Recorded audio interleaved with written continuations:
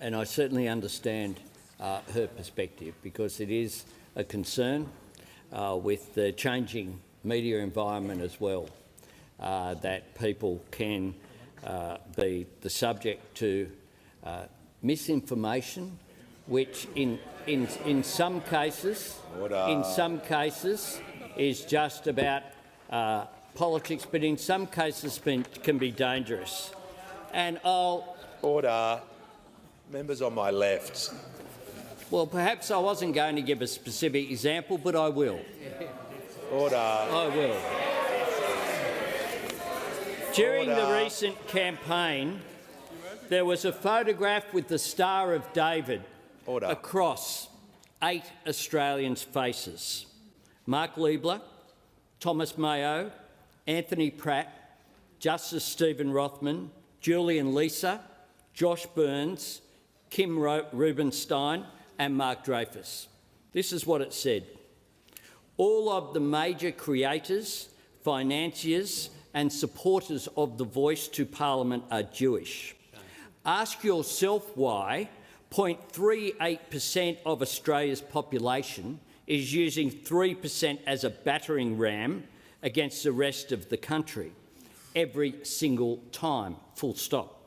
Before that, in the explanation, before the ad, the account said this: just a totally organic coincidence, spelt COHENCIDENCE, for the betterment of Australia, and totally not the latest chapter in the 1,000-year-old hate and attempted destruction of white people.